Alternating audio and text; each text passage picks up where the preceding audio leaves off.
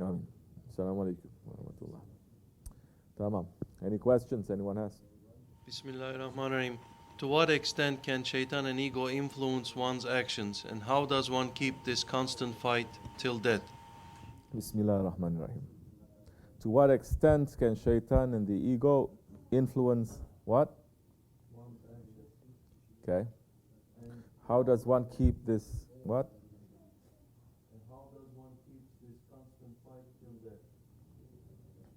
To what extent can your ego and shaitan influence your actions? Your ego and shaitan can influence your actions and your intentions in every second of your life, in every moment, if you allow it. But the influence is always there. It is to not a large extent, it is to a full extent. Our duty is not to kill shaitan and the ego. Our duty is to make shaitan and the ego to be under our feet, to control it, that we will get power from that fight, from that challenge, and from that control. How do you keep this constant fight? This is why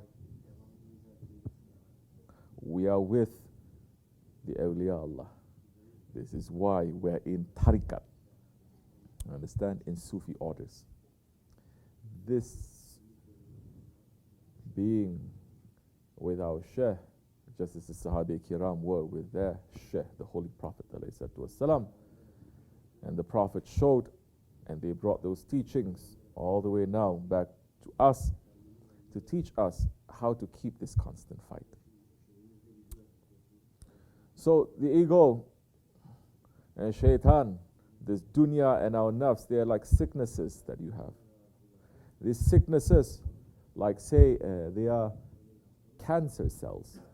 May Allah not test us with it. They are like cancer in our bodies. They are like cancer in our bodies. And everyone has that potential, isn't it? I'm not a doctor, but mashallah, so many doctors around me. So you have those cancer cells dormant in your bodies. And now they can wake up and take over your body anytime. Anytime. And your duty now is to make sure that they are under control. And it is similar now to the ego and shaitan and your desires and this dunya. They are like cancer in our spiritual body. And our job is now, our duty is for the spirit to be able to control them. When the spirit controls them, the spirit doesn't become weaker, it becomes much stronger. When the spirit lets them to control, the spirit becomes weak now. Now, once we do that, once we are under the teachings and under the influence of a doctor, once we are taking the medicines from the doctor, once we are listening to the doctor to say, now you have to lead this kind of lifestyle, because this kind of lifestyle will help you to keep your cancer cells that are dormant to be dormant. Once you listen to a sheikh that is going to teach you the tools of your spirit and how your spirit has to fight against the ego and this dunya and your nafs and the desires and this world. Now, once you start doing that, what happens now? When you are under a sheikh and the sheikh is doing that, now that time you will come to higher stations. You will come to higher stations and you're not going to get sick and it's not going to destroy you. Inshallah, this much is enough. So, if you want to keep this constant fight, be with the Salihin. Be with the friends of Allah and be with the righteous ones. It is in order. Be with the righteous ones learn from them, obey them, serve them, because they are serving and obeying their Lord, Allah subhanahu wa ta'ala.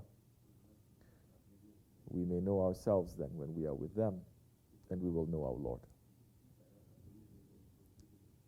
And this fight, it will not be the same from beginning to the end. Just as when the rocket is about to take off, you put so much fuel into the rocket. When it takes off, it explodes. There's so much power and energy that it takes for it just to lift off the ground. And it keeps pushing and pushing. But once it reaches to a certain stratosphere, then the pull of the gravity is not so strong anymore. And now it's able to just float. So in the beginning, it'll be very difficult, because you're fighting against the gravity, the pull of your ego. And you have to use a lot of energy for that. But once you started going to high stations, then higher stations is according to service as a servant, not higher stations sitting in our rooms and having illusions and delusions, thinking we are sitting with saints and we are talking to prophets and we are seeing angels. No, it is through fighting against your ego. Once you start fighting against your ego, and you're finding it now, you made progress against your ego, then it will get a little bit easier, a little bit easier, a little bit easier, but you'll be meeting other different kinds of challenges now. It's not the pull of gravity. Now you have to come to different levels of the atmosphere that you're going to meet different things on those levels. Now you have to have the challenge of those levels to move to a higher station, to become free. To become free. Because only the servants of Allah, they are free. Only by being a servant to Allah are you free. Assalamu alaikum wa rahmatullahi wa barakatuh. This much is enough. Any other questions?